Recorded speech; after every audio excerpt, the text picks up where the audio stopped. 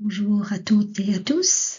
Alors, cette vidéo est consacrée au chapitre cristaux ioniques. C'est la deuxième séance qui concerne ce chapitre du thème cristallographique. Alors, je voudrais rappeler que pour la première séance, nous avons parlé des trois types structuraux qui concernent les cristaux ioniques de formule MX. Donc, CSCl, NaCl, ZnS. Quelle est la différence entre ces trois types structuraux? Première chose, c'est la maille. Ce sont effectivement toutes les trois des mailles qui cristallisent dans le système cubique, mais CSCl est une maille P, ça veut dire qu'il y a un seul motif par maille. NaCl et ZnS, ou la blinde, qu'on appelle aussi la blinde, cristallise dans le système cubique mode F. Alors, la maille CSCl se présente comme suit. Si on prend comme origine l'anion, il s'agit d'une maille donc cubique où les sommets sont occupés par l'anion Cl-, et le centre de la maille est occupé par le césium Cs.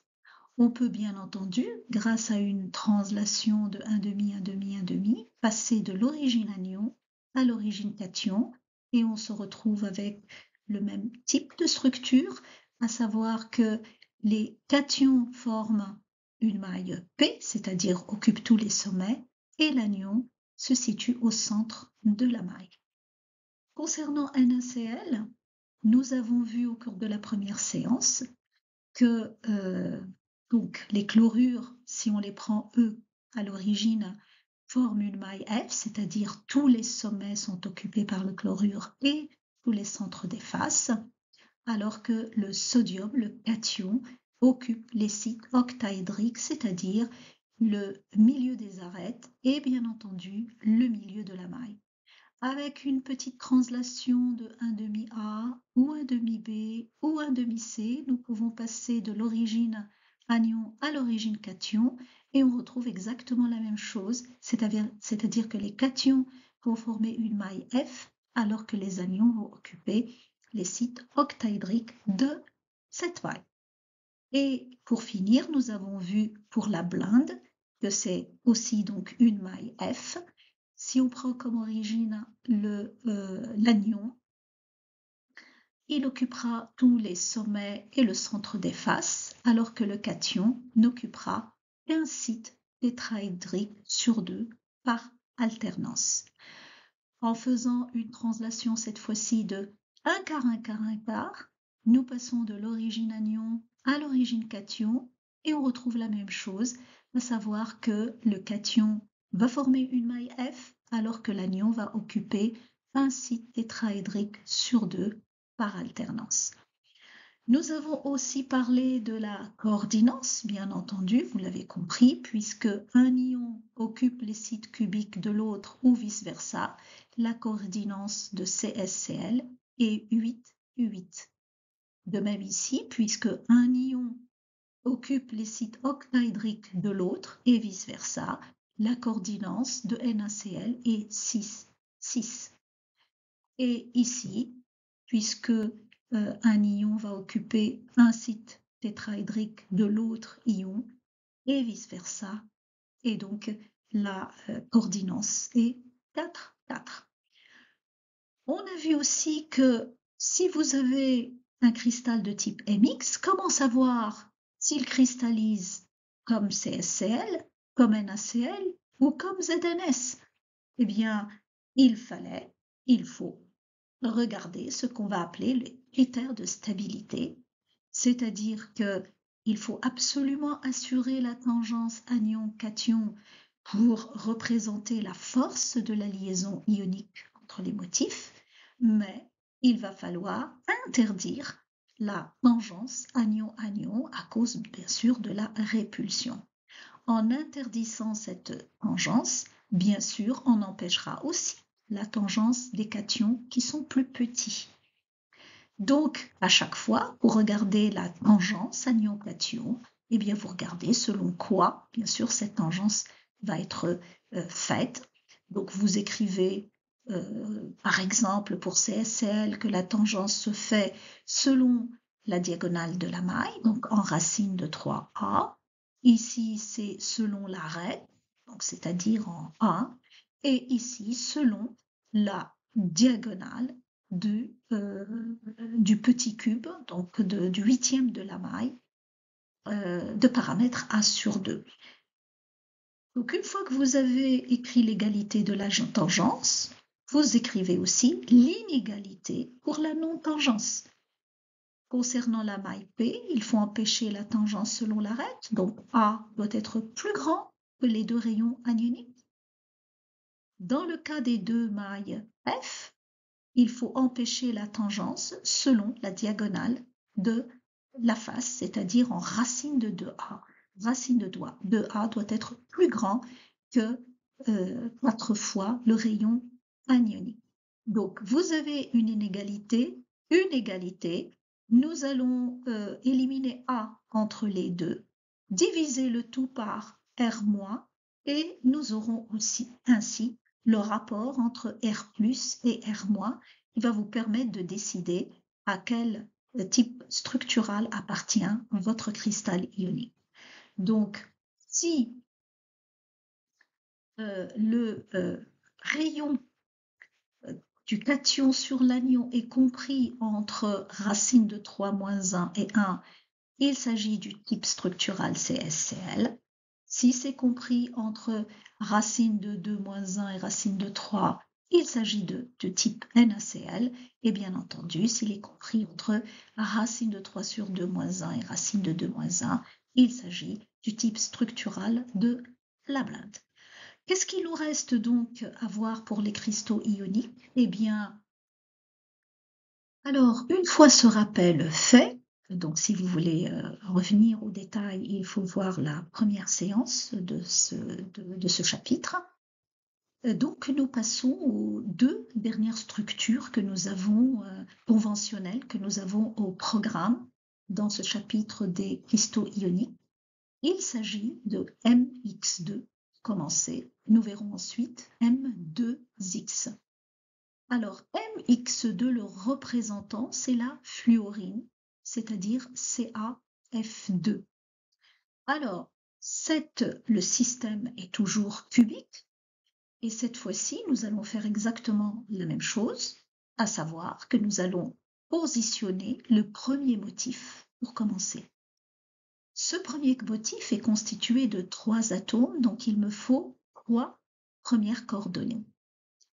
Contrairement à tout ce que nous avons vu jusque-là, cette fois-ci, nous allons choisir de mettre le cation à l'origine pour la simplicité du schéma. Après, je vais vous montrer comment on va passer de l'origine cation à l'origine anion, qui n'est pas au programme, mais je vais le montrer quand même, ne serait-ce que par curiosité, ça peut être intéressant. Donc, nous allons commencer par positionner notre calcium en 0, 0, 0. Et les deux fluorures, qu'est-ce qu'ils vont occuper comme position? Eh bien, les deux positions tétraédriques, 1 quart, 1 quart, 1 quart, et 3 quarts, 1 quart, 1 quart. Je vous rappelle qu'on avait fini avec la blinde, pour laquelle, bien sûr, un ion occupe un site tétraédrique sur 2. Eh bien ici, il faut occuper tous les sites tétraédriques. C'est une maille F. Cela veut dire quoi? Ça veut dire que si vous voulez retrouver tous les autres motifs, vous allez devoir translater ce motif en A, B, C, puis un demi A, un demi B, un demi A, un demi C et un demi B, un demi C. Les 6 translations permises de la maille F. Alors, si vous faites cette opération, vous allez vous retrouver avec les cations qui, bien sûr, forment une maille F, donc il occupe tous les sommets et le centre des faces, et les anions occupent tous les sites tétraédriques. Vous avez remarqué comment j'ai positionner les sites tétraédriques, il est toujours utile de tracer le petit cube à l'intérieur du grand cube, de positionner vos sites tétraédriques et puis de compléter le reste pour la clarté du schéma. Alors, nous vérifions que nous avons bien 4 CaF2 par maille, bien entendu, puisque le calcium formule maille F, donc il y a 4 calciums, et les fluorures occupent tous les sites tétraédriques, il y en a 8, donc 4 Ca et 8 F. 8 F, ça fait 4 CaF2. Vous pouvez donner les coordonnées de ces 4 motifs. Donner les coordonnées des 4 motifs revient à dire qu'il faut donner les 4 coordonnées de Ca et les 8 coordonnées de F2, donc les 8 sites tétraédriques que vous connaissez désormais. Alors, je l'ai dit tout à l'heure, nous pouvons tout à fait passer de l'origine cation à l'origine anion en faisant une translation de 3/4, 3/4, 3/4.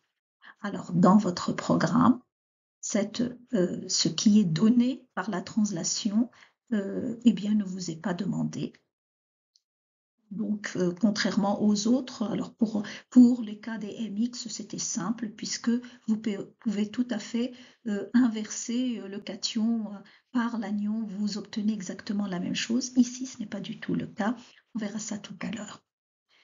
Alors, la coordinance, aussi, c'est différent. Alors, ce qu'il faut faire, c'est déjà commencer par l'ion qui est le plus visible, qui appartient en totalité à la maille. Ici, c'est bien sûr le fluorure. Donc, il appartient en totalité à la maille, donc il est très facile de voir qui sont ou de compter les nombres de voisins qui calcium. Puisque le fluorure occupe un site tétraédrique, il est évident qu'il est entouré de 4 calcium. Maintenant, si je veux regarder pour le calcium, il est entouré de combien de fluorures? Les calciums sont partagés entre différentes mailles, donc c'est relativement compliqué à regarder. Et dans les exercices de travaux dirigés, on verra ces points avec détail parce qu'ils posent des problèmes, généralement pour les étudiants. Mais il y a une astuce facile à faire quand vous avez un anion et un cation. Ça ne marche pas si vous avez plusieurs types de cations ou plusieurs types d'anions. Alors, puisque vous avez déterminé la coordinance des fluorures, les fluorures sont entourées de 4 Ca2+. C'est-à-dire qu'ils sont entourés, un fluorure est entouré de 8 charges plus. Et donc, le calcium doit être entouré de 8 charges moins. Les 8 charges moins sont apportées par le fluorure, qui est monovalent, donc 8 fluorures. La coordinance est donc 8, 4. Alors, si on passe à l'antifluorine, comme son nom l'indique, c'est-à-dire qu'on va retrouver exactement la même chose que la fluorine, mais le cation prend la place de l'anion et l'anion prend la place du cation, c'est-à-dire que cette fois-ci, l'origine, on revient à notre origine classique en anion. Les deux cations, ici c'est le potassium, occupent les sites tétraédriques. Nous complétons les autres motifs par les translations permises pour le mode F. Vous obtenez donc cette maille avec les anions qui forment une maille F et les cations qui occupent tous les sites tétraédriques. Donc, vous vérifiez que nous avons bien 4 motifs par maille et vous complétez les coordonnées de ces motifs. Donc, rien de nouveau, c'est exactement comme pour le cas de MX2, mais ici on inverse l'anion par le cation. Attention, il ne s'agit pas d'une translation. Nous ne sommes pas passés de MX2 à M2X, c'est-à-dire de la fluorine à l'antifluorine, par une translation de l'origine anion à l'origine cation. Hein. Méfiez-vous, c'est une autre structure, c'est tout à fait différent. Alors, de la même manière, bien sûr, on peut passer de l'origine sur l'anion à l'origine sur le cation en faisant une translation de 3/4, 3/4, 3/4. Et la coordinance, vous l'aurez compris, ce n'est plus 8/4 pour la fluorine, ici c'est 4/8. Donc, les cations, le potassium occupe les sites tétrahydriques de l'oxygène. Donc, le potassium est entouré de 4 oxygènes, c'est-à-dire qu'il est entouré de 8 charges négatives. L'oxygène doit être entouré de 8 charges positives.